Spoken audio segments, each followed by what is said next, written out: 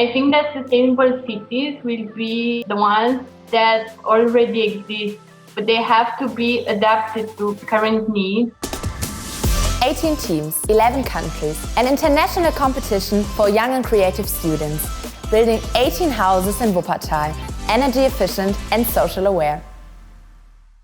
Yeah, tell me who you are and where you're from and what team are you on and what is your role in the team? Hello, I'm Andreea Jacob from Bucharest, Romania, and I am the project architect for Team EFDEN. What is the meaning of your project name, EFDEN? This is actually a tricky one for me because I'm not that good at math, but our project name comes from the mathematical function f of n, where f is the name of the function and the input is nature as the n. It is actually a play word, meaning that everything we do is according to nature. Mm-hmm. Wow, great. Yeah, and what is your personal motivation as a student to participate in the project? A great motivation is being able to be part of a whole process, from research and concept to actually building and optimizing a prototype. But besides that, what motivates me the most is knowing that we could make a real change regarding cities, a change that goes beyond the simple competition. And also the developing that community of people that have the same mindset as you is a really, really good motivation. Is it the first time that your university is participating in a solar decathlon competition? And if yes, do you have any contact with former decathletes? Or what did you learn from the experiences? Actually, for us, it is a bit different because we are an NGO that focuses on sustainability, education, and innovation. We have 3 universities as main partner. The University of Architecture and Urbanism, Yeonmin, who being our lead university. But for us as a team, this is the third participation after Solar Decathlon Europe 2014 in Versailles and Solar Decathlon Middle East 2018 in Dubai. That being said, that we are this NGO, there are still some former decathletes in the team at the moment that are working on other projects. And I had the chance to work with them, and it was really great. Also, all the former members are great advisors for us. Some of them actually became some of my dearest friends, and I really like them. Also, I've learned a lot from them and from this project, from being organized and responsible and all that to enjoying every moment. I think that the most important lesson that I've learned is that things rarely go as you planned. But if you have that right motivation and mindset to overcome those difficulties, great things will happen. So the first steps have been taken now. You have an idea about your project, but can you explain what is it and how did you come up with that? We do have a slight idea, fortunately. Our objective is to create something like a toolkit for sustainable urban regeneration that could be adaptable to many European scenarios, and using that one urban scenario in Wuppertal as a proof of concept. We starting from observing what is happening worldwide and what the issues are from the built environment to some shiftings in the social structures. And we came up with the idea of planning and building in regarding to the new era living concept that we thought that people adopting, let's say, a single living lifestyle and the built environment not being able to provide that in a certain way. Why did you choose the Pacific urban situation in Wuppertal? We wanted to prove that our concept could be applied on different scenarios, and we choose one in Wuppertal to kind of get out of our comfort zone.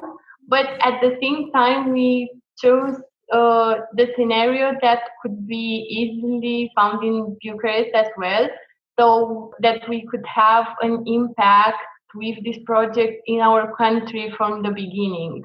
Mm-hmm. We are working on the third scenario, the renovation and additional story on Cafe Ada. What have you enjoyed most about the project so far? Besides the teamwork and the great atmosphere of exchanging ideas with some really nice people, I really enjoyed the theme of the Solar Decathlon edition.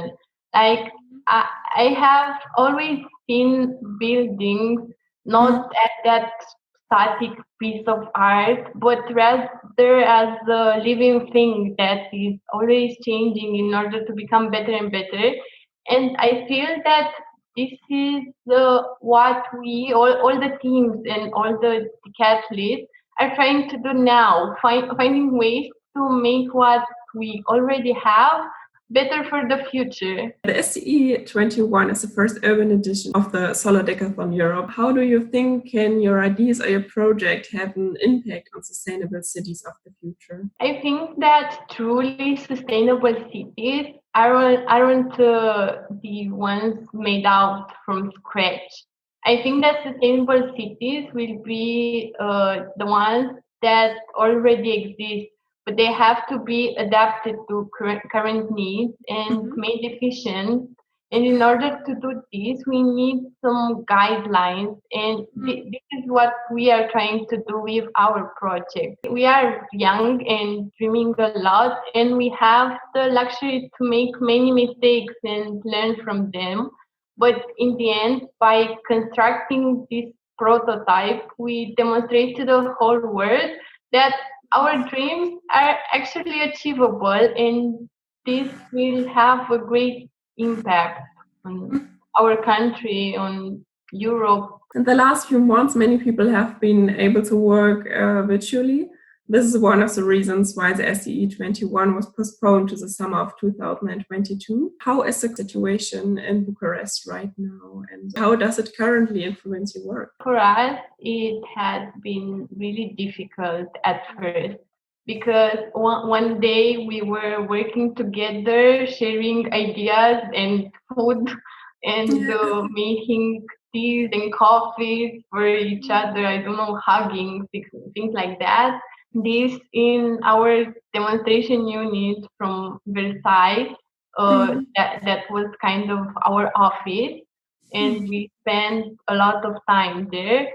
And it was something like, okay, one day was like that, and the other day we just had to stay home and to stop seeing each other in a physical way, let's say. But we continued to spend a lot of time together online, having our general meetings, our department meetings, work session, even game nights and parties on Zoom. And it sounds sad, but it was great for that time to being able to connect with your colleagues. Right now, we are still working remotely, but we want to be as responsible as possible and just adapt to the situation. Do you think that COVID-19 can lead to a changed view of housing and building? And when you think of flexibility, community, and nature? I think that a crisis usually comes with changes in every aspect of life. With this one, there will be many changes in the way we see architecture, of course, from managing the flows in a building to making sure that one has some outdoor space and good conditions to work from home. One thing that actually scares me a bit is the topic of community, because in the late years, architecture has been about creating communities through interaction, but now we have to minimize the interaction and still form communities. So how we are going to do that? This will be a tough one to solve, in my opinion. The last question: have you ever been to Wuppertal? Yes, because Good. because we chose our urban scenario in Wuppertal. We came here while working on our proposal, and it was a great experience. We went to Utopia Stadt and met the guys there.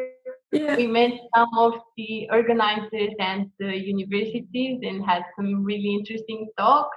We managed to get a private tour of Cafe Ada, the entire Mirke neighborhood, and of course the bike ride on Norbanstrasse and the Schwebebahn. We rode Schwebebahn. Very good. And how did you like Wuppertal? Actually, a really nice city. It's really, I know, diverse and mixed and colorful in a certain way. Okay, thank you for the interview. Thank you.